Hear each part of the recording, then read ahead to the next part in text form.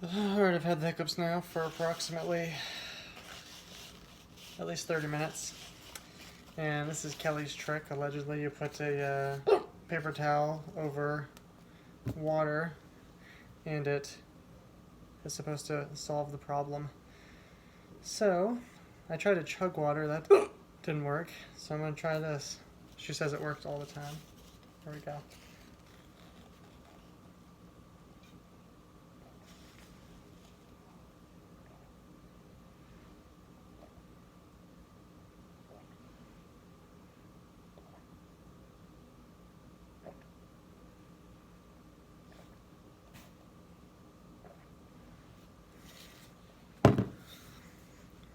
Let's see.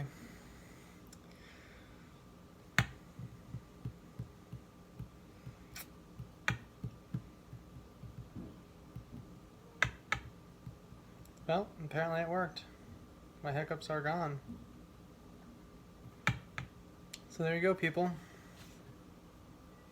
If you want to get rid of your hiccups, put a paper towel over a water glass and drink it.